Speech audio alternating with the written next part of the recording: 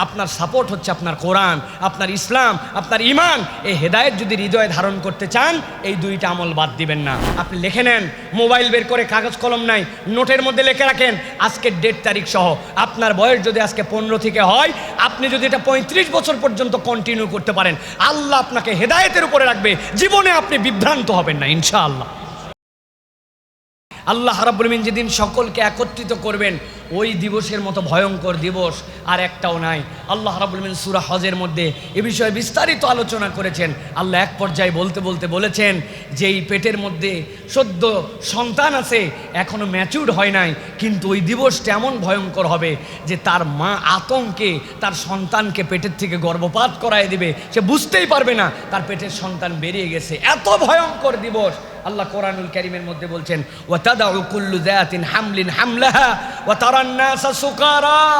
আর হে রাসূল, আপনি মানুষকে দেখতে পাবেন, মানুষ যেন পাগল হয়ে গেছে, মানুষ যেন আসক্ত হয়ে গেছে, সুকারা, মানুষ যেন পাগলামো করতেছে, নেশাগ্রস্ত। আল্লাহ বলছেন, কি মনে করছেন তারা কি কোনো পানি খেয়ে নেশাগ্রস্ত? আল্লাহ বলছেন, ওয়ামা হুম বিসুকারা ওয়ালাকিন্না আযাবাল্লাহি শাদীদ। আসলে ওই দিন আল্লাহর আযাব যেটা, ওটা ভয়ঙ্কর। ওই ভয়ঙ্কর আযাবের কারণে মানুষ পাগল হয়ে যাবে, মানুষের মধ্যে মাতলামি চলে আসবে, পাগলামো চলে আসবে। আল্লাহ বলছেন ওই দিবস, যেই দিবসের ব্যাপারে আয়েশা রাদিয়াল্লাহু তাআলা আনহা রাসূলুল্লাহ সাল্লাল্লাহু আলাইহি ওয়াসাল্লামের কাছে এসে বলার পরে হযরত আয়েশাকে রাসূলুল্লাহ সাল্লাল্লাহু আলাইহি ওয়াসাল্লাম বলছেন, আয়েশা, ওই দিবসে কারো গায়ের মধ্যে কোনো বস্ত্র থাকবে না, সব মানুষ বস্ত্রহীন হয়ে যাবে। আয়েশা রাদিয়াল্লাহু তাআলা লজ্জা পেয়ে বলছেন, ইয়া রাসূলুল্লাহ, আমার বাপ, আমার ভাই, আমার সাহাবায়ে কেরাম, তার সামনে আমার গায়ে কাপড় থাকবে না, এটা কেমন কথা? রাসূলুল্লাহ সাল্লাল্লাহু আলাইহি ওয়াসাল্লাম বলছেন, আয়েশা, কে তোমার ভাই আর কে তোমার বাপ, এই চিন্তা করার সময় তোমার সেখানে থাকবে? মানুষের অবস্থা হবে এমন যে মানুষ এই চিন্তাই করতে পারবে না, এমন কঠিন এক হাসরের ময়দান। প্রিয় ভাইরা, বর্ণনা দিলে কোরআনুল কারীমের মধ্যে 83টা আয়াতে কারিমা আছে, যে আয়াতে কারিমা স্পেসিফিক কেবল হাসরের ময়দানের ভয়াবহতার কথা উল্লেখ করেছে। আল্লাহ রাব্বুল আলামিন আলাদা আলাদা বান্দাদেরকে বারবার বুঝাইছেন কঠিন দিবস, কঠিন দিবস, সবচেয়ে বড় কঠিন দিবস। এই সেন্সে আল্লাহ রাব্বুল আলামিন ওই দিন যাওয়ার পরে বান্দাদের কাছে হিসাব চাবেন, আমলনামা বান্দাদের কাছে দিতে বলবেন। আর ওই দিন সবচেয়ে বড় কঠিন অবস্থা হবে তাদের জন্য, যেই মানুষদেরকে আল্লাহ রাব্বুল আলামিন একবার বলবেন তোমরা তোমাদের হিসাব দাও। যদি কাউকে আল্লাহ বলেন হিসাব দাও, নবী করিম সাল্লাল্লাহু আলাইহি ওয়াসাল্লামের হাদিসের আলোকে বোঝা যায় ওই বান্দা ফেঁসে যাবে, ওই বান্দা ফেঁসে যাবে। সুল হিসাব, হাদিসের মধ্যে এটার ব্যাখ্যা কোরআনের এই তাফসীরের মধ্যে আসছে। সুল হিসাব মানে আল্লাহ যদি বলেন তোমাকে হিসাব দিয়ে পার পেতে হবে, তাহলে ওই বান্দা আটকায় যাবে। আল্লাহ রাব্বুল আলামিন এই জন্য আল্লাহর কাছে ফরিয়াদ করতে বলছেন, আল্লাহ তুমি আমাদেরকে খারাপ হিসাব থেকে বাঁচাও। খারাপ হিসাব মানে কি? আমার যে হিসাব, এই হিসাবে আমি আল্লাহর কাছে দিতে পারবো না। এই কঠিন দিবস নবী করিম সাল্লাল্লাহু আলাইহি ওয়াসাল্লাম বলছেন, ডানে বিপদ, বামে বিপদ, সামনে বিপদ, পিছনে বিপদ। আদম আলাইহিস সালাম থেকে মুহাম্মদুর রাসূলুল্লাহ সাল্লাল্লাহু আলাইহি ওয়াসাল্লাম পর্যন্ত মানুষ দৌড়াবে, শুধু একটুখানি বিচার যেন শুরু হয়ে যায়, তারপরে যা হয় হবে।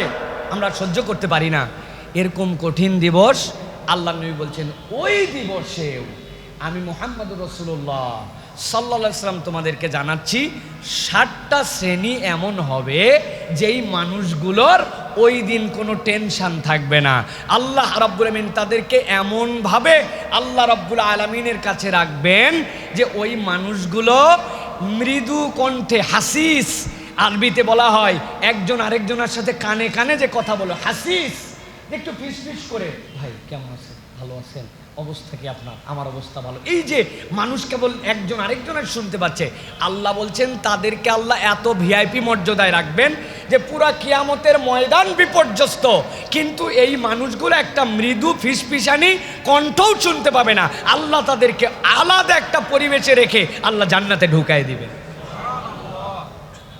ওই জান্নাতে যাওয়ার আগে নবী করিম সাল্লাল্লাহু আলাইহি ওয়াসাল্লাম বলছেন 60টা শ্রেণীকে আল্লাহ রাব্বুল আলামিন তার আরশে আজিমের ছায়া দিবেন, যেই দিন আল্লাহর ছায়া ছাড়া আর কোনো ছায়া থাকবে না। এই হাদিস জীবনেও শুনেননি এরকম এখানে একজন লোকও নাই, ঠিক কিনা ভাই? সবাই জানি আমরা, কিন্তু কোরআন আমাদেরকে বলছে ফাযাক্কির ফাইন্না যিকরা তানফাউল মুমিনিন, ফাইন্না যিকরা, আল্লাহ বলছেন স্মরণ করান, আপনার উম্মতকে আবার বলেন নিশ্চয় আপনার উম্মত এই জিকিরের দ্বারা কল্যাণ পাবে। তো আজকে আমরা সংক্ষিপ্ত সময়ে এই যে কঠিন গরম, এই যে কঠিন পরিবেশ চলতেছে আমাদের, এই পরিবেশে আমরা একটু ফিল করতে পারছি কষ্টটা কি, গরমটা কি, বিদ্যুৎ না থাকার ফিলিংসটা কি। ওই জন্য আমি মনে করছি ছায়ার দামটা আজকে একটু হৃদয় অনুভব করা যায়। এই যে মসজিদে আপনারা বসে আছেন, ফ্যান নাই, কষ্ট হচ্ছে আপনাদের, এসি বন্ধ, কিন্তু বলেন তো ভাই, এই মসজিদে বসাটায় আমাদের এই মিরপুর গাবতলী রাস্তার মধ্যে যদি এখন এই জায়নামাজ দিয়ে বসা লাগতো, তাহলে কি আমাদের জন্য এখান থেকে কতটুকু ভয়াবহ কঠিন হতো? কঠিন হতো কিনা ভাই? বুঝে থাকলে বলেন কঠিন হতো কিনা? তাহলে আমরা গরমে আছি, কষ্টে আছি একটু, কিন্তু রাস্তার মধ্যে উন্মুক্ত খোলা রোদ মাথার উপরে পড়ার থেকে এই ছাদের ছায়াটা আমাদের জন্য তৃপ্তিদায়ক, ঠিক কিনা? ঠিক বুঝেন, কিয়ামতের ময়দান বিপদ। আল্লাহ রাব্বুল আমিন বলছেন ওই দিন আল্লাহর ছায়া ছাড়া কিচ্ছু থাকবে না, আর 7 শ্রেণীর লোককে আল্লাহ নিজ দায়িত্বে ছায়া দান করবেন। নবীজি সাল্লাল্লাহু আলাইহি সাল্লাম বলছেন, দুনিয়ার মানুষ ভালো করে জানো, সাবাতুন ইযুল্লিহুমুল্লাহু ফি যিল্লি ইয়াউমা লা যিল্লা ইল্লা যিল্লু। আল্লাহর ছায়া ছাড়া ওই দিন যখন বান্দাদের কাছে আর কোনো ছায়া থাকবে না, রব্বুল আলামিন ওই দিন 7 শ্রেণীর মানুষকে নিজে ডাক দিবেন, ডাক দিয়ে বলবেন, ও বান্দা তোমার কোনো চিন্তা নাই, আজকের দিবসে কষ্ট আছে মানুষের জন্য, আজকের দিবসে হিসাব হবে, আজকের দিবস তোমাদের জন্য বিপদ, কিন্তু আমি রব্বুল আমিন নবীকে দিয়ে জানাই দিলাম, দুনিয়ায় যদি তুমি এই 7 কোয়ালিটির মধ্যে নিজেকে ঢুকায় নিতে পারো, কিয়ামতের ময়দানে কিয়ামত হতে থাকবে, কিন্তু আমি রব্বুল আমিন তোমাকে আমার আরশে আজমের নিচে ছায়া দিয়া আমার বান্দার ওই সময়টুকুকে পার করায় দিব। এরপরে বান্দাকে আমি রব্বুল আলামিন একটা নিয়ামত দিব, নূরুহুম ইয়াসআ বাইনা আইদিহিম ওয়া বিআইমানিহিম। আমার বান্দার সামনে থেকে আর ডান থেকে একটা আলো দিব, আর ফেরেশতাদেরকে ঘোষণা দিতে বলবো, বুশরাকুমুল ইয়াউমা জান্নাত। আমার বান্দাদেরকে জান্নাতের ঘোষণা দিয়ে দাও, যেই না তারা আরশে আজিমের ছায়া থেকে হিসাব ক্লোজ করে এরপরে যখন ডানে আর সামনে আলো পেয়ে যাবে, আল্লাহর ওই বান্দাগুলা বিদ্যুৎ বেগে আল্লাহর জান্নাতের দরজার সামনে এসে হাজির হয়ে যাবে। জান্নাতের দরজার সামনে কেবল হাজির হবে না, নবীজি সাল্লাল্লাহু আলাইহি সাল্লাম বলছেন জান্নাতের দরজা খোলা হবে মুহাম্মাদুর রাসূলুল্লাহ সাল্লাল্লাহু আলাইহি সাল্লামকে দিয়ে। সুবহানাল্লাহ। নবীজি আসার পরে যখন ডাক দিবেন, রাসূলুল্লাহ সাল্লাল্লাহু আলাইহি সাল্লামকে জিজ্ঞাসা করা হবে, মানান্তা, আপনি কে? এইটা নবীজি সাল্লাল্লাহু আলাইহি সাল্লামের জন্য সম্মান।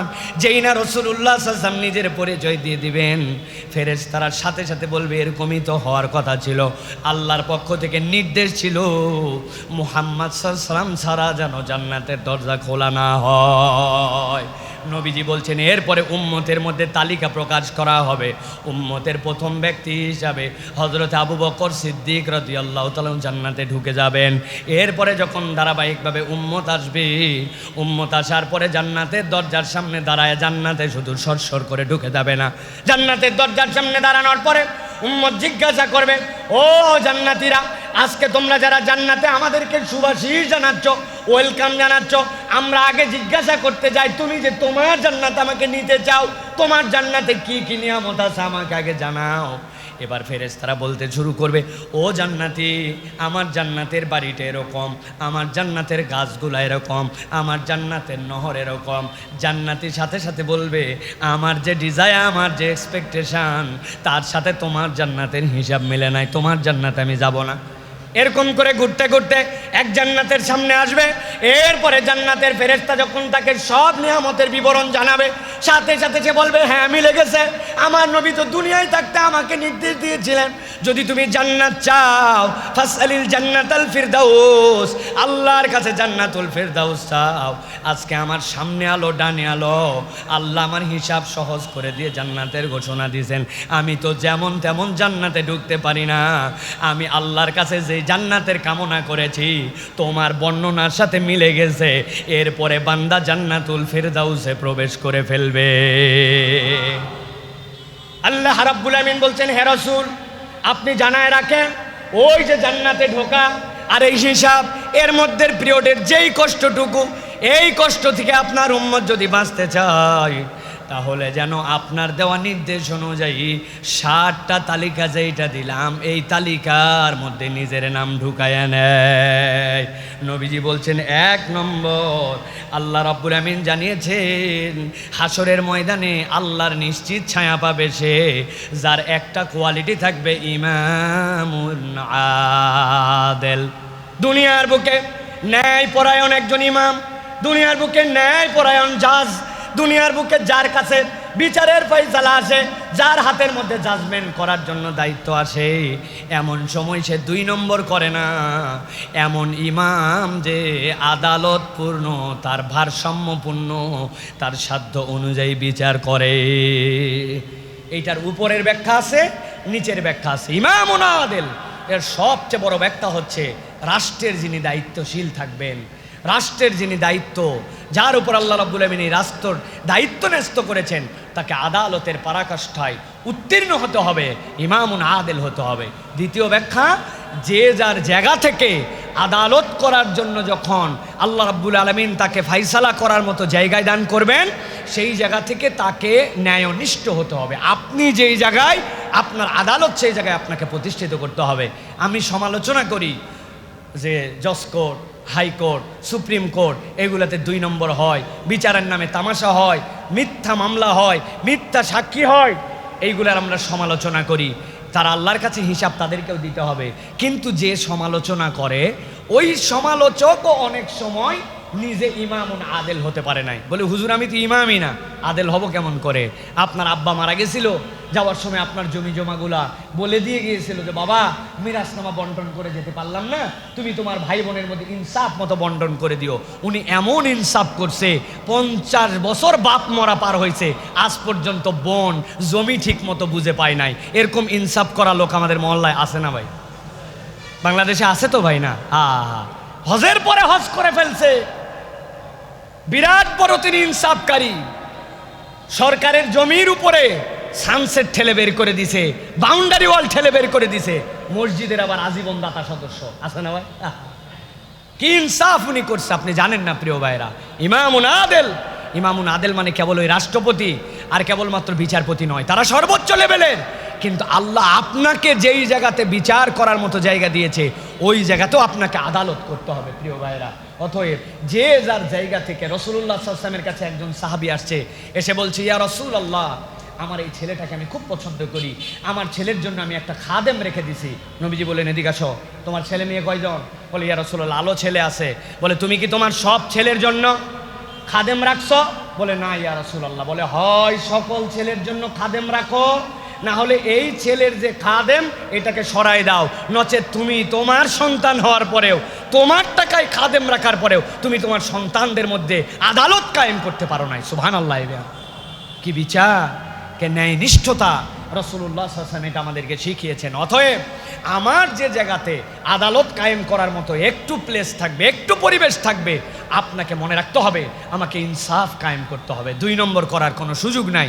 এটা যদি করি, আল্লাহ রাসূল সাল্লাল্লাহু আলাইহি ওয়াসাল্লাম বলছেন হাসরের ময়দানে তোমার টেনশন করতে হবে না, আল্লাহর ফেরেশতা তোমার হাত ধরে নিয়ে এসে আল্লাহর আরশে আজিমের ছায়ার নিচে তোমাকে বসায় দিবে। সুবহানাল্লাহ। অতএব প্রিয় ভাইয়েরা, এই যে আদালত করার মানসিকতা, ইনসাফ করার মানসিকতা, এটা হৃদয়ের মধ্যে ধারণ করে নিতে হবে প্রিয় ভাই। নিজেদের আত্মসমালোচনা করতে হবে, আমার কোন জায়গায় গ্যাপ আছে, আমি আসলেও 2 নম্বর এরকম কিছু করে ফেলছি কিনা। এরকম যদি না হয় তাহলে আল্লাহর কাছে আমাদেরকে ধরা খেতে হবে প্রিয় ভাই। আল্লাহ আমাদেরকে বোঝার তৌফিক দান করেন, বলেন আল্লাহুম্মা আমিন। 2 নম্বরে সংক্ষেপে বলছি, আল্লাহ রাসূল সাল্লাল্লাহু আলাইহি ওয়াসাল্লাম বলছেন ওয়া শাবুন নাশা ফি ইবাদাতিল্লাহি তাআলা। আর এমন যুবক, যেই যুবক তার যৌবন কালটাকে আল্লাহ রাব্বুল আলামিনের ইবাদতের মধ্যে নিমজ্জিত রেখেছিল। সুবহানাল্লাহি ওয়া বিহামদিহি। আমরা যেরকম মনে করি যে কি ব্যাপার ভাই, মুখে আপনার দাড়ি নাই কেন? কি ব্যাপার ভাই, এখন পর্যন্ত আপনি নামাজ কালাম পড়েন না কেন?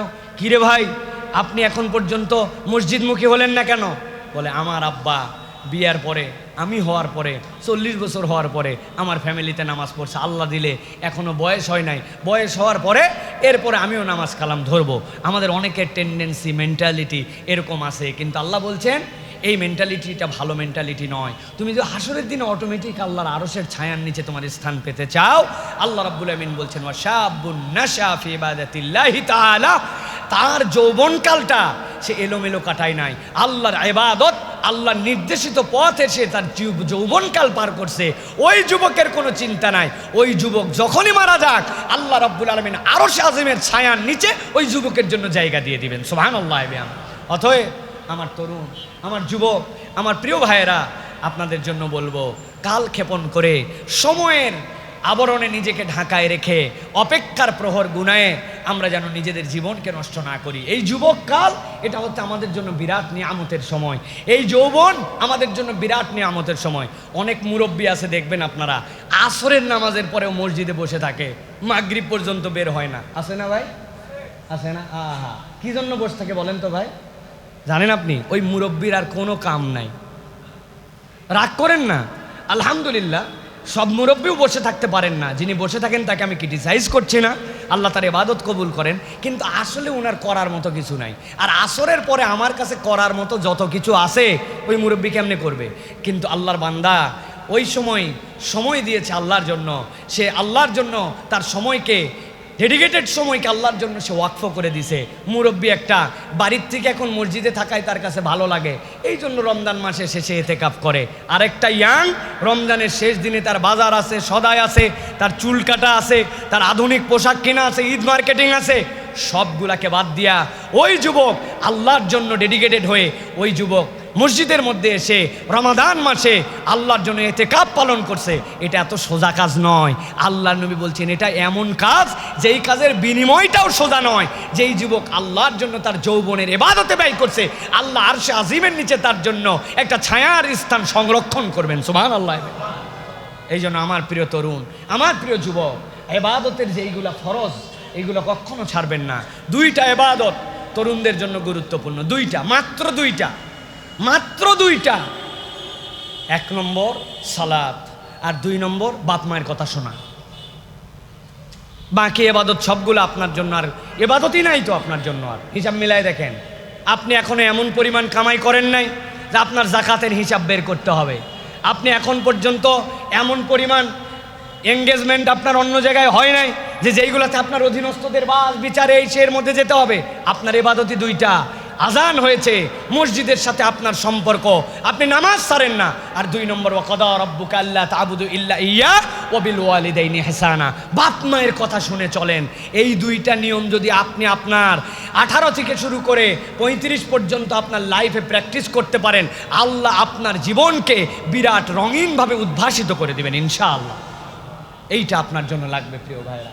তরুণরা একটু খেয়াল করে দেখেন, কথায় বললেই তো স্যারের কথা মনে হয়। আব্দুল্লাহ জাহাঙ্গীর রহমাল্লাহ বলতেন যে আমার কাছে এসে অনেকেই বলে যে স্যার আমি তো পরিবারকে না জানায় বিয়ে করে ফেলছি, আমি পরিবারকে না জানাই কোর্ট ম্যারেজ করে ফেলছি, এখন আমার এই বিয়ে বৈধ না অবৈধ? স্যার বলেন যে ওই ছেলেটার দিকে তাকায়া আমার মনের মধ্যে বড় মায়া হয়। কেন মায়া হয়? বলবেন ও বিয়ে করে ফেলছে এই জন্য মায়া হয়? বলে না, দেখো এই ছেলেটা এমন একজনের সাথে সম্পর্কিত হয়েছিল, সম্পর্কটা তার হারাম ছিল, সম্পর্কটা তার অবৈধ ছিল, কিন্তু পারিপার্শ্বিকতায় সে একটা গুনার মধ্যে পড়ে গেছে। কিন্তু তার সমাজ, তার পরিবার, তার আব্বা, তার ফ্যামিলি, তার বন্ধু কেউ তাকে ইমানের পথে উৎসাহিত করে নাই। ওর ভিতরে একটা ইমানের বাতি আছে যেটাতে মনে হয়েছে সম্পর্কিত হয়েছি, কিন্তু আমি যদি তার সাথে শারীরিক সম্পর্কে লিপ্ত হই, বিবাহ পরিবর্তে পূর্ববর্তী যদি তার সাথে আমি তার বেডে চলে যাই, তাহলে তো আমি জেনাকার হয়ে যাব। এখন সে তার কামনা আছে ভিতরে, কিন্তু তার ইমান তাকে একটু উস্কায় দেয় যে না এই কাজ করিস না, অন্ততপক্ষে বিয়ে কর, বিয়ে না করলে তুই বাঁচবি না। পরিবার কীরকম বেহায়া আমাদের, পরিবার এক পর্যন্ত জানতো ছেলের অবস্থা কি, কার সাথে ঘোরে, পরিবার কিছু বলে নাই, করুকগা। কিন্তু যেই না সে বিয়ে করে ফেলছে বৈধটা, এখন পরিবার তাকে মানবে না, নিবে না, ত্যায্য করে দিবে। অথচ সে যে ইমানের দাবিটা দেখাইছে এটা সমাজ তাকে সাপোর্ট করে নাই, আল্লাহ তার ইমানের নূর দিয়ে তাকে এই পর্যন্ত হেদায়েতের রাস্তায় রেখেছে। স্যার বলেন ফতুয়া পড়ে, আগে তুমি এই বাস্তবতাটা কল্পনা করো। প্রিয় ভাইরা, এই জন্য বলবো এই সমাজ, এই আশপাশের পরিবেশ কেউ আমাদের বন্ধু না, কেউ আমাদেরকে সাপোর্ট করে না। আপনার সাপোর্ট হচ্ছে আপনার কোরআন, আপনার ইসলাম, আপনার ইমান। এই হেদায়েত যদি হৃদয়ে ধারণ করতে চান, এই দুইটা আমল বাদ দিবেন না। নামাজ এনিহাউ আপনাকে আদায় করতেই হবে, আর বাপ মায়ের কথা শুনতে হবে। বাপ মা এমন একটা কথা বলছে আপনার পছন্দ হয় না, ভাল লাগে না, আনস্মার্ট লাগে, চুল কাটা তারটা যেই স্টাইল বলে আমার পছন্দ হয় না, জামা কাপড় যেমনি পরতে বলে, সন্ধ্যার পর বাড়িতে আসতে বলে, সকাল সকাল একটু উঠতে বলে, বাড়ির মধ্যে একটুখানি বাড়ির থেকে খারাপ বন্ধু বান্ধবের সাথে ঘুরতে মানা করে, একটাও আমার মনের সাথে মিলে না। কি বুঝবে বাপ মা? 40 বছর আগের বাপ মা, এখনকার দুনিয়া বোঝে নাকি? হ্যাঁ, এখনকার কীরকম করে চলতে আপনার মনের মধ্যে উস্কায় এগুলা। বাপ মায়ের সাথে বেয়াদবি করেন নাই, তাদের কথার উপরে কথা বলেন নাই, তাদের কথাটা মেনে নিছেন, আপনার নিজের চোখ দিয়ে পানি পড়ে গেছে অন্তত যে বাপ মা এটা কী বলে, এটা কথা কিনা। আপনি যদি মেনে সহ্য করে নিতে পারেন, আর যদি আপনি আল্লাহ রাব্বুল আমিনের সালাতকে কন্টিনিউ করতে পারেন, আপনি লিখে নেন, মোবাইল বের করে কাগজ কলম নাই, নোটের মধ্যে লিখে রাখেন আজকের ডেট তারিখ সহ। আপনার বয়স যদি আজকে 15 থেকে হয়, আপনি যদি এটা 35 বছর পর্যন্ত কন্টিনিউ করতে পারেন, আল্লাহ আপনাকে হেদায়েতের উপরে রাখবে, জীবনে আপনি বিভ্রান্ত হবেন না ইনশাআল্লাহ। এটা আল্লাহ রাব্বুল আমিনের দেওয়া নিয়ামত। অতএব আল্লাহ রাব্বুল আমিন বলছেন, ওয়া শাবুন নাশা ফি ইবাদাতিল্লাহি তাআলা। 2 নম্বর, এমন যুবক যেই যুবক তার যৌবনটা আল্লাহর ইবাদতের মধ্যে পার করে দিছে। আল্লাহ রাব্বুল আলামিন ওই বান্দার জন্য কিয়ামতের ময়দানে, হাসরের দিনে আল্লাহ রাব্বুল আলামিন তার আরশে আজিমের ছায়ার নিচে তাকে জায়গা দিয়ে দিবেন। 3 নম্বরে আল্লাহ রাসূল সাল্লাল্লাহু আলাইহি ওয়াসাল্লাম বলছেন, ওয়া রাজুলুন কলবুহু মুআল্লাকুম ফিল মাসাজিদ।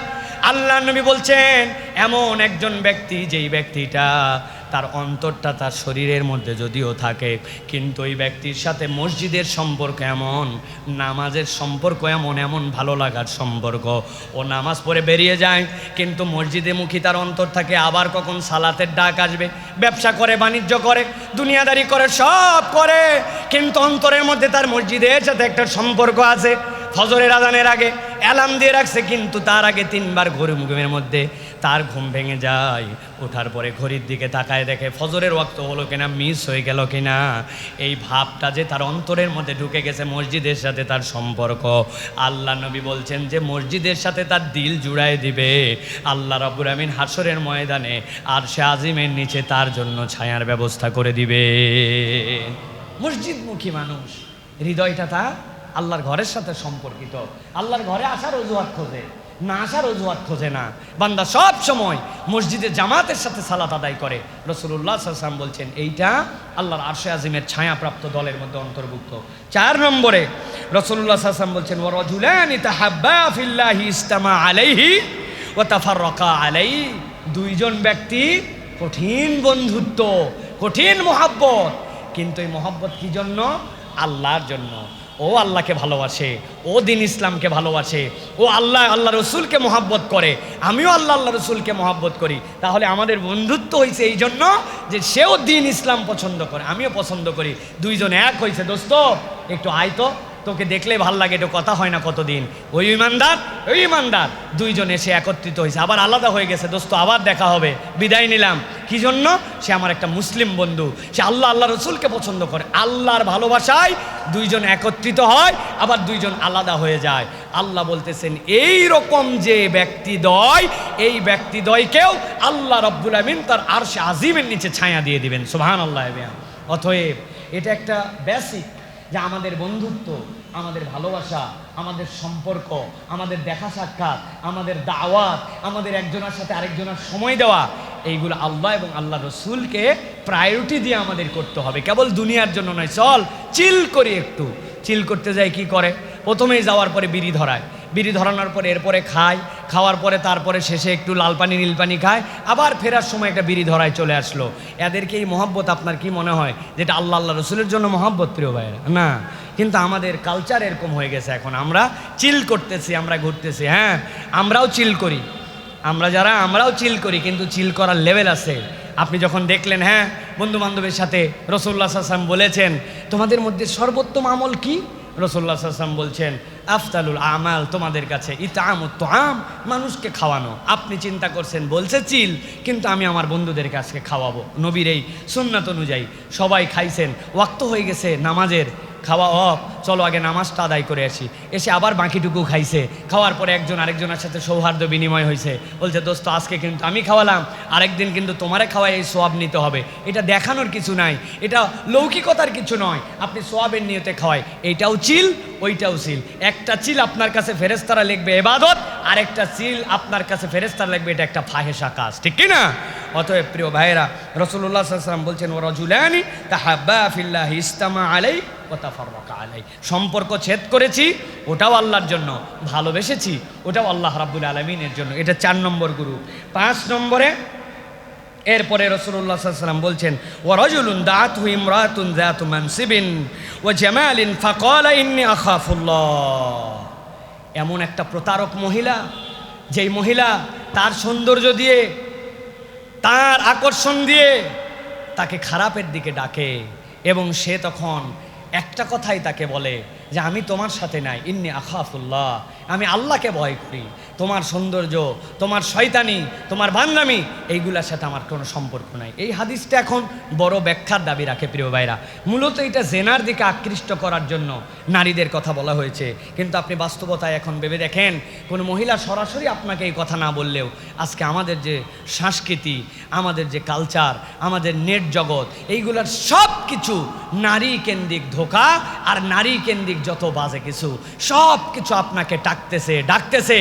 একটা রিলস দেখছেন, দেখার পরে মনে হয়েছে যা আরেকটা দেখি তো, সেম জিনিস দেখার পরে মনে হয়েছে আচ্ছা যেই রিলস দেখলাম এটার তো একটা মাদার আছে, নিশ্চয়ই এই আইটেম আরও আছে, তখন তার মূল অ্যাকাউন্টে ক্লিক করে বাকি খারাপ জিনিসগুলো দেখে। এমনভাবে আমাদের ডানে বামে সামনে পিছনে এই নারী কেন্দ্রিক যে খারাপ ছড়ায় পড়ছে।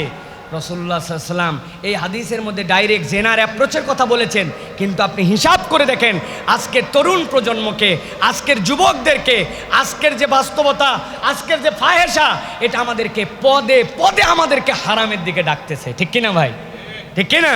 আমি কতবার আপনাদেরকে বলেছি, কতবার আপনাদেরকে বুঝিয়েছি, দারুস সালামের টাওয়ারের সামনে বিজ্ঞাপন দিছে এই গরমে যদি আরাম পেতে চান তাহলে ঠান্ডা ঠান্ডা কুল কুল আপনাদের জন্য পাউডার এটা ব্যবহার করেন।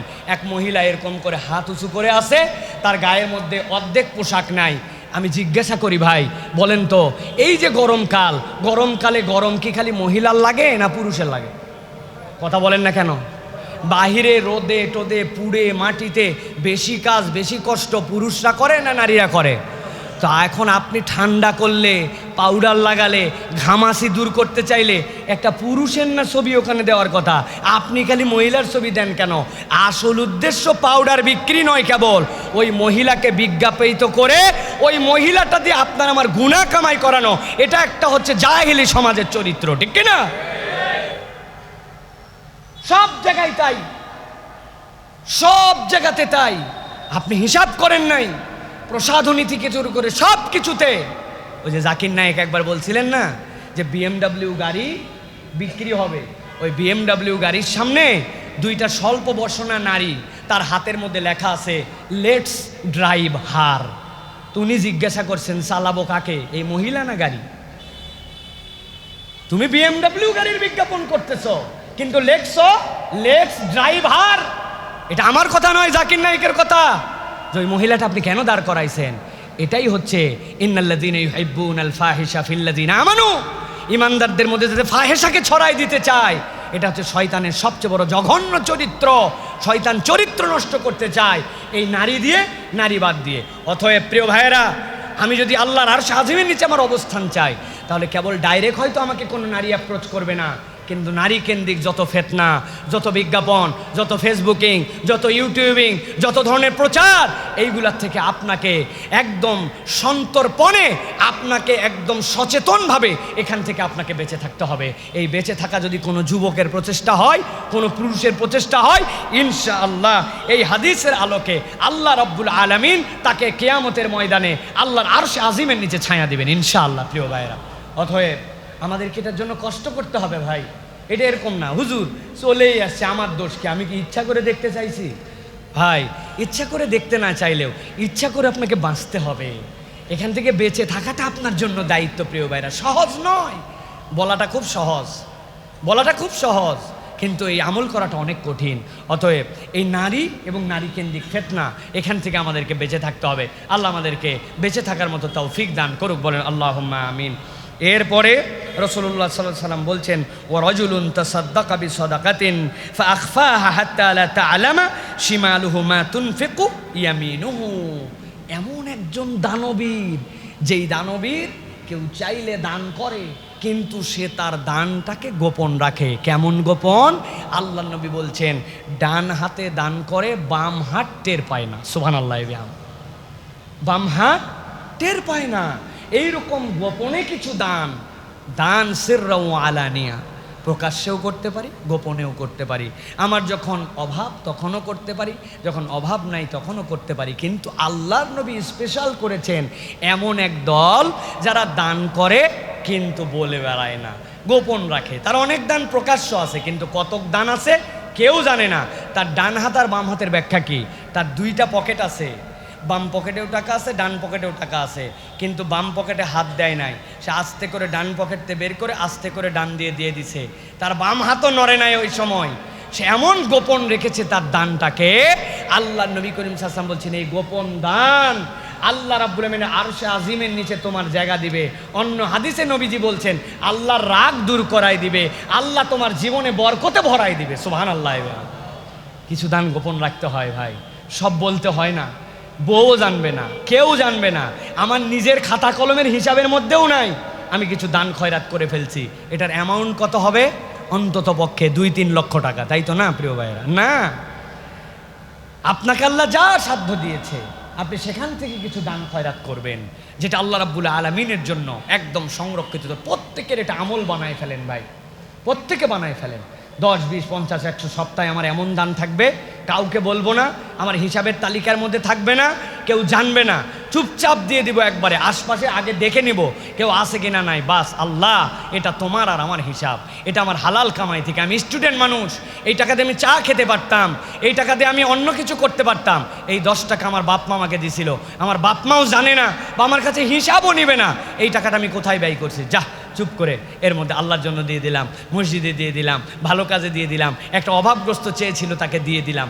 আল্লাহ রাব্বুল আলামিন আপনার এই ছোট্ট আমল সবচেয়ে বেশি এটা সহজ কবুল হয়ে যেতে পারে। আল্লাহ আপনার এটার কারণে আরশে আজিমের নিচে ওই হাসরের দিনে জায়গা দিয়ে দিবেন। সুবহানাল্লাহ। আপনি বিবেচনা করেন, সবচেয়ে সহজ এইটা, বাকিগুলোর তুলনায় এটা সবচেয়ে সহজ।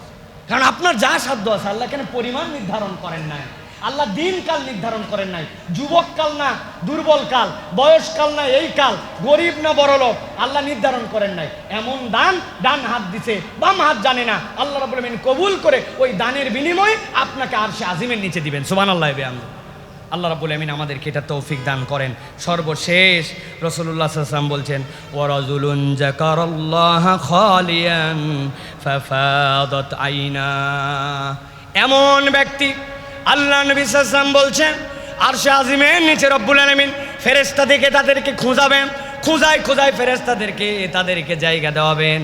এমন ব্যক্তি, যেই ব্যক্তি এমন সময় উঠেছিল যেই সময় দুনিয়া ঘুমাইছিল, ডানের লোক জানে না, স্ত্রী জানে না, পরিবার জানে না, একা একা আল্লাহর জন্য দাঁড়ায় গেছে। দাঁড়ানোর পরে হাসরের দিনের কথা চিন্তা করছে, নিজের আমল নামার দিকে তাকাইছে, নিজের গুনাহ খাতার কথা মনে করছে, আর সাথে সাথে মনে করছে আল্লাহ সামান্য একটু 40 ডিগ্রি তাপমাত্রা, এইটা সহ্য করতে পারি না। কয়েল ধরানোর জন্য ম্যাচ ধরাইছিলাম, ম্যাচ ডান হাতে আছে, কয়েলের দিকে খেয়াল চলে গেছে, কয়েলটা ধরে কি ধরে না, ধরে কি ধরে না, জ্বলতে জ্বলতে ম্যাচের কাঠিটা এসে 2 হাতের মধ্যে অল্প একটুখানি গরম লাগাই দিছে, হাতের এখানে ফোঁসা পড়ছে, এখানে ফোঁসা পড়ছে, ফেলে দেওয়ার সাথে সাথে কানের লতিতে হাত দিয়ে ঠান্ডা নেওয়ার চেষ্টা করছে। আল্লাহ সামান্য একটু আগুনের একটা ছোট্ট একটুখানি মিলি সেন্টিমিটার, এইটা আমার চামড়ার সাথে লাগলে আমার সহ্য হয় না, গরম আমার সহ্য হয় না। আয় রব্বুল আলামিন, ওই দিন যাওয়ার পরে আমি কেমনে তোমার সামনে দাঁড়াবো, কেমনে আমার বিচার ফায়সালা হলে জাহান্নামে যাব। আয় রব্বুল আলামিন, তুমি জাহান্নামের স্রষ্টা, তুমি জান্নাতের স্রষ্টা। বান্দা আল্লাহর জন্য ভয় করে এরকম করে দাঁড়ায় গেছে, আর চোখ দিয়ে দরদরায় পানি পড়ে, সিজদার মধ্যে যাওয়ার পরে মাথা উঠায় না, আল্লাহর কাছে বলে সুবহান রাব্বিয়াল আলা। এই রব, আমার হাজার গুনাহ থাকলেও আমার কপাল এখন মাটির সাথে লাগানো, আর মাটির সাথে লাগায় তোমারে আমি কি বলছি রব, সুবহান রাব্বিয়াল আলা। তোমার বান্দার মাথা যখন একদম মাটিতে, একদম নিচে, তখন ঘোষণা দিয়েছে আমার রব সবচেয়ে উপরে। ওই বান্দার চোখ দিয়ে পানি পড়ে। আল্লাহ বলছেন ফাফা ফাফা ফাফা দত আইনাউ, নবী বলছেন তার চোখ দিয়ে দরদরায় পানি পড়ে আল্লাহ রাব্বুল আলামিনের জন্য। যেই চোখ দিয়ে আল্লাহর ভয়ে পানি পড়ে, আল্লাহর জন্য কাঁদে, আল্লাহ বলছেন এই ব্যক্তিকে রব্বুল আলামিন হাসরের দিনে কষ্ট দিবেন না। আল্লাহর আরশে আজিমের নিচে এই ব্যক্তিকে ফেরেশতা খুঁজে নিয়ে এসে আরামের ব্যবস্থা করে দিবে। আমাদের অন্তরগুলা শুকায় গেছে প্রিয় ভাইরা, চোখ দিয়ে পানি আসে না। খেয়াল করে দেখেন, আমরা আর্টিফিশিয়াল দোয়া, এই দোয়াতে আমাদের অন্তর কাঁদে না। এই জন্য আল্লাহর জন্য একটু সময় বের করতে হবে, আল্লাহর জন্য একটু কাঁদাকাটি করার জন্য চেষ্টা করতে হবে, একটু নিজের জীবনে রিয়ালাইজেশন দাঁড় করাতে হবে। ভেবে ভেবে একটু মাঝে মাঝে এই জন্য একা একা ইবাদত করতে হয়, মাঝে মাঝে একটু গোপনে ইবাদত করতে হয়। তাছাড়া চোখের পানি আসে না আল্লাহর জন্য, আল্লাহ রাব্বুল আলামিনের কাছে একটু দাঁড়াতে হয়। মসজিদের এক কোনায় আমি চলে গেছি, মাদ্রাসার ছাত্র সকলের সাথে ইবাদত হয় না। টুপ করে উঠে পড়ছেন, কেউ জানে না, উঠে কোনার মধ্যে একটু গামছাটা ফেলে দিয়ে আল্লাহর কাছে 2টা রাকাতে দাঁড়ায় গেছে। আল্লাহ, আমি তোমার জন্য এলেম অন্বেষণকারী, আমি তালেবে এলেম, রব্বুল আলামিন তোমার জন্য আমার হৃদয়টাকে নরম করে দাও। হাসরের দিনে তোমার কাছে আমি কেমনে দাঁড়াবো? আমাকে তুমি একজন ভালো মানুষ হিসাবে কবুল করে নাও আল্লাহ। আমাকে তুমি তোমার দ্বীনের বুঝটা আমার অন্তরের মধ্যে দিয়ে দাও। আল্লাহুম্মা নাওবির কলবি বিনূরি মারিফাতিকা আবাদানি। আল্লাহ, আল্লাহ তুমি তোমার এলেমটা নূর, ওই এলেমটা আমার অন্তরের মধ্যে দিয়ে দাও। আল্লাহর জন্য একটু কাঁদেন। কেবলমাত্র পড়ালেখা করে, ভালো ওস্তাদের পিছনে পড়ে, আর সব সময় খালি তাকরার করে আপনার এলেম হয় না। এলেমগুলি আল্লাহ রাব্বুল আলামিনের কাছে কেড়ে নিতে হয়, চেয়ে নিতে হয়। কেননা ইলমুন নূরুম মিনাল্লাহ, এই নূরটা আল্লাহর কাছ থেকে আসে, ওর জন্য অন্তরকে প্রস্তুত করতে হয়। আল্লাহ রাব্বুল আলামিনের রাসূল বলছেন তুমি তোমার জন্য এটা করছো, আর আল্লাহ তোমার জন্য আরশে আজিমের নিচে ছায়ার ব্যবস্থা করে দিবেন। সুবহানাল্লাহ। অতএব প্রিয় ভাইয়েরা, এই 7 শ্রেণীর অন্তর্ভুক্ত আমাদেরকে হওয়ার জন্য চেষ্টা করতে হবে। আবার আপনাদের কাছে একটু রিমাইন্ডার করাই দেই। 1 নম্বরে, আমার যেখানে জাজমেন্ট করার জায়গা আছে সেখানে আমাকে নীতির পরাকাষ্ঠার সর্বোচ্চ রূপ আমাকে দেখাতে হবে। 2 নম্বরে, যুবক বয়সে ইবাদত। 3 নম্বরে, মসজিদের সাথে সম্পর্কিত অন্তর। 4 নম্বর, আল্লাহর জন্য ভালোবাসা, আল্লাহর জন্য বিচ্ছেদ। 5 নম্বর, এমন নারী, এমন কুকর্মের দিকে আহ্বানকারী, সে এটার সাথে যায় না, বরং আল্লাহ রাব্বুল আমিনকে ভয় করে। এরপরে রাসূলুল্লাহ সাল্লাল্লাহু আলাইহি ওয়াসাল্লাম বলছেন এমন একজন ব্যক্তি যে দান করে, তার ডান হাতে দান করে, বাম হাত জানতে পারে না, মানে সে গোপনে আল্লাহর কাছে দান করার অভ্যাস করে। আর সর্বশেষ এমন একজন ব্যক্তি যে আল্লাহর ভয়ে তার চোখ দিয়ে পানি পড়ে, আল্লাহ রাব্বুল আমিনের কাছে রোনাজারি করে। এই চোখের পানি তার জন্য জাহান্নামের আগুনকে ঠান্ডা করে দিবে, আল্লাহর আরশে আজিমের নিচে তাকে থাকার ব্যবস্থা করে দিবে। আল্লাহ এই 7 শ্রেণীর ভিতরে আমাদেরকে অন্তর্ভুক্ত হওয়ার তৌফিক দান করুন, বলেন আল্লাহুম্মা আমিন। প্রিয় ভাইয়েরা, এবার 2-3টা বিষয়ের দিকে আপনাদের একটু মনোযোগ আকর্ষণ করব। বিশেষ করে একটা বিষয়, যে গরমকাল, এখন গরমের জন্য আমাদের কতগুলো আমল আছে। আমি আপনাদের কাছে 6টা বিষয়ের দিকে দৃষ্টি আকর্ষণ করব, যে এই গরমকালেও আমরা আল্লাহ রাব্বুল আলামিনের কাছ থেকে কিভাবে রিওয়ার্ড পেতে পারি। গরমের দিনের প্রধান আমল, সবচেয়ে বড় আমল, নবী করিম সাল্লাল্লাহু আলাইহি ওয়াসাল্লামের কাছে এসে জিজ্ঞাসা করছে, ইয়া রাসূলুল্লাহ, সর্বোত্তম আমল কি? নবী করিম সাল্লাল্লাহু আলাইহি ওয়াসাল্লাম বলছেন, মানুষকে পানি পান করানো। সুবহানাল্লাহ। নবী করিম সাল্লাল্লাহু আলাইহি ওয়াসাল্লাম বলছেন, জাহান্নামে তোমাদেরকে একটা সাদাকা, একটা তোমাদের কবুল ইবাদত, এইটা আল্লাহ রাব্বুল আলামিনের জাহান্নামকে নিভাই দিবে। নবীজি বললেন, আর জানো কি, কবুল ইবাদতের মধ্যে অন্যতম ইবাদত হচ্ছে এক বান্দা যখন আরেক বান্দাকে পানি খাওয়ায়, এই পানি খাওয়াটা একটা আল্লাহর কাছে বড় ইবাদত। সুবহানাল্লাহ। পানি তো সকলের বাড়িতে আছে, আমি তাহলে পানি কেমনে খাওয়াবো? কৌশল অবলম্বন করতে হবে প্রিয় ভাইরা। নবীর হাদিস অনুযায়ী নিজেদের জীবনে আমল করার জন্য আপনাকে চেষ্টা করতে হবে।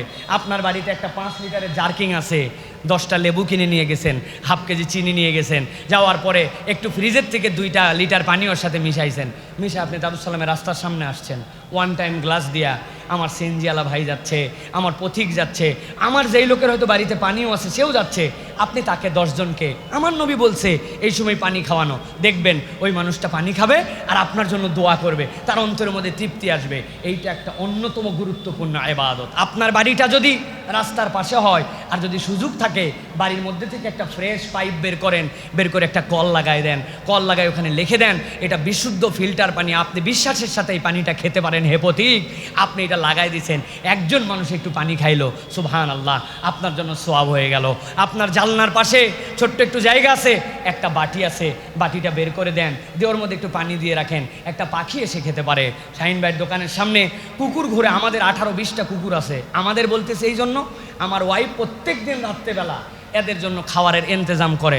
এগুলো হচ্ছে আমার 18টা কুত্তা, একই কালার সবগুলা, বাইরে থাকে, আপনারা দেখবেন এই মহল্লায় ডিস্টার্বও করে খুব, কিন্তু এদের সবগুলাকে আস্তে আস্তে করে আমরা নিয়ন্ত্রণে আনার চেষ্টা করেছি। এই যে সে এটা খাওয়ায়, এই সময় কুকুরের জিহ্বা বেরিয়ে গেছে, আপনি প্রাণীটার জন্য একটা বালতির মধ্যে একটু পানি দিয়ে দিয়েছেন, এসে পানিটা খেয়ে নিছে। পানি খাওয়ানো প্রাণীকে, এটা হচ্ছে গরমের ইবাদত। শীতকালে আপনি চাইলেও এই শরবত দিয়ে আপনি মানুষকে খাওয়ায় তৃপ্ত করতে পারবেন না। অতএব একটা বোতল আপনি পানি মুখে লাগাই খেলেন না, এক বোতল আমার না হলেও চলে, পেয়ে গেছি আমি এক বোতল না, আমি একটু উঁচু করে খেলাম, কারো অস্বস্তি হতে পারে এই জন্য। যদিও মুসলমানের এই ঝুঁটা নিয়ে আমাদের কোনো অসুবিধা নাই, কিন্তু আমি অর্ধেক খেয়ে বললাম ভাই আপনি একটু খান ভাই।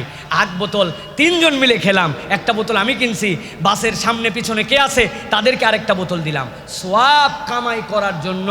এটা হচ্ছে আল্লাহ রাসূল সাল্লাল্লাহু আলাইহি ওয়াসাল্লামের দেখানো গরমের একটা ইবাদত। আল্লাহ আমাদেরকে তৌফিক দান করে, বলেন আল্লাহুম্মা আমিন। লজ্জা পাওয়ার কিছু নাই।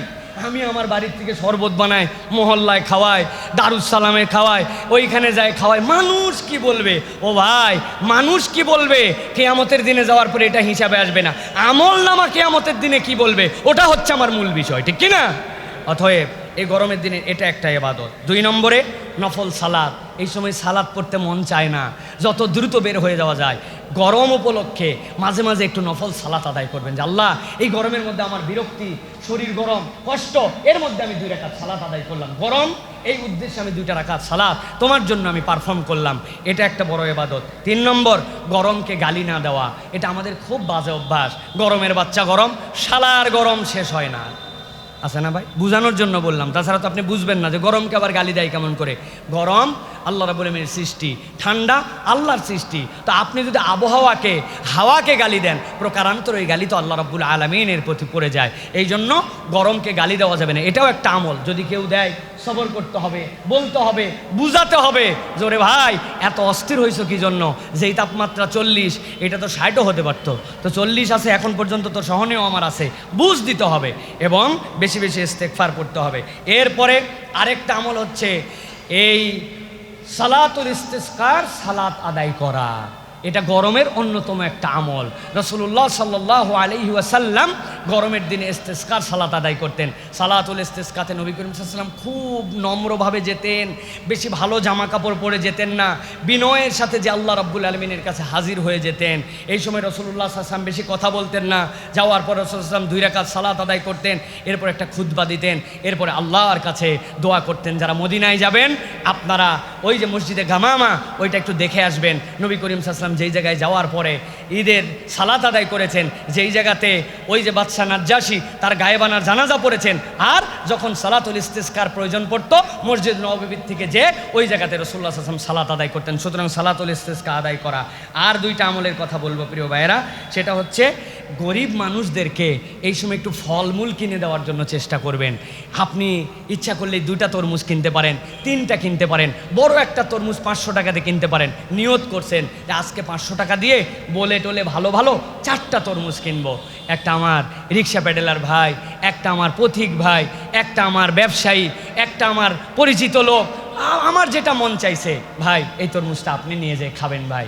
এই রমজানে এই এখন পর্যন্ত শত শত তরমুজ আমরা সাবার করে ফেললাম, একটা তরমুজকে আমার পক্ষ থেকে একটা ফল হিসাবে হাদিয়া পেতে পারে না? একটা কমলাকে আমি একজনকে হাদিয়া দিতে পারি না? আমি কি একটা ফলমূল একটা গরিব মানুষকে খাওয়াতে পারি না? আমের সিজন আসতেছে, লিচুর সিজন আসতেছে, টার্গেট করবেন আমি 1000 লিচু খেতে পারি, 100টা লিচু আমার দানের তালিকায় থাকবে। আমি 10 মণ আম খেতে পারি, 1 মণ আম আমার দানের তালিকায় থাকবে। আমি 10টা আম খেতে পারি, অর্ধেকটা আম আমার দানের তালিকায় থাকতে পারে। আমার অত দেওয়ার ক্ষমতা নাই, কিন্তু আমার এই ডোনেশন করাটা, এই ফল ফ্রুটস হাদিয়া দেওয়াটা, এটা গরমের একটা ইবাদত। আর একটা বিষয়ে সতর্ক থাকতে হবে, গরমের দিন মানুষের গায়ের গন্ধ হয়, ঘামের গন্ধ হয়, আমার এটার দ্বারা যেন অন্য কেউ কষ্ট না পায়। নবী করিম সাল্লাল্লাহু আলাইহি ওয়াসাল্লাম এই দিক দিয়ে খুব সিনসিয়ার ছিলেন, বারবার মেসওয়াক করতেন, নিজের গায়ে সুগন্ধি লাগাতেন, আমার দ্বারা যেন কেউ কষ্ট না পায়। অনেকেই ড্যাম কেয়ার ভাব, উনার গায়ের গন্ধে পাশের লোক দাঁড়াতে পারে না, বেচারির দোষ নাই, উনি নিজে তো গন্ধ সৃষ্টি করে নাই, কিন্তু আমাদের ঘাম থেকে বিভিন্ন থেকে গন্ধ হয়, এখান থেকে আমাদেরকে বেঁচে থাকতে হবে, অপর যেন কষ্ট না পায়। এই আমলগুলো যদি আমরা করি তাহলে আমরা পানি খাওয়ানোর ইনিশিয়েটিভ নেব ইনশাআল্লাহ। মানুষকে শরবত খাওয়ানো, পানি খাওয়ানো। আরে ভাই, আপনার পাশের লোক জানেন বস্তিবাসী, দুর্বল মানুষ, ওদের বাড়িতে ফ্রিজ নাই, আপনার ডিপটা অনেক বড়, 10টা বোতল আজকে নিয়ে যাবেন, পানি ভরাবেন, 10টা বোতল বরফ করে রাখবেন, সন্ধ্যার পরে দুপুরে আশপাশে বাড়িতে পাঠায় দিবেন যে খালা আপনার বাড়ির পাশে 3টা বাড়ি আছে, ওদের জানি ফ্রিজ নাই, ওদের তো একটু ঠান্ডা পানি খেতে মন চায়, এই 3 বোতল নিয়ে যান, পানি খাওয়ায় বোতল নিয়ে আসেন, আবার কালকে দিব। মানুষ সোয়াব কামাই করে কতভাবে ভাই, আপনি চিন্তা করতে পারবেন না, কৌশলে আপনার সোয়াব কামাই করতে হবে, এটা সৌহার্দ্য বাড়বে, এটা ভালোবাসার সমাজে প্রতিষ্ঠিত হবে। 2 নম্বর বলেছে আপনাদের জন্য বেশি বেশি ইস্তেগফার করা, নফল সালাত পড়া, গরমকে গালি না দেওয়া, বৃষ্টির সালাত পড়া, গরিব দুঃখীর মাঝে ফলমূল বিতরণ করা, সাধ্যের মধ্যে থাকলে নিজেরা সুগন্ধি পরিপাটি থাকার চেষ্টা করা, আর আসরের সালাত এই গরমের সময় ডিলে করে একটু পড়া, এটাও আমাদের জন্য গরমের আমল। আল্লাহ আমাদেরকে বেশি বেশি এই আমলগুলি করার তৌফিক দান করেন, বলেন আল্লাহুম্মা আমিন।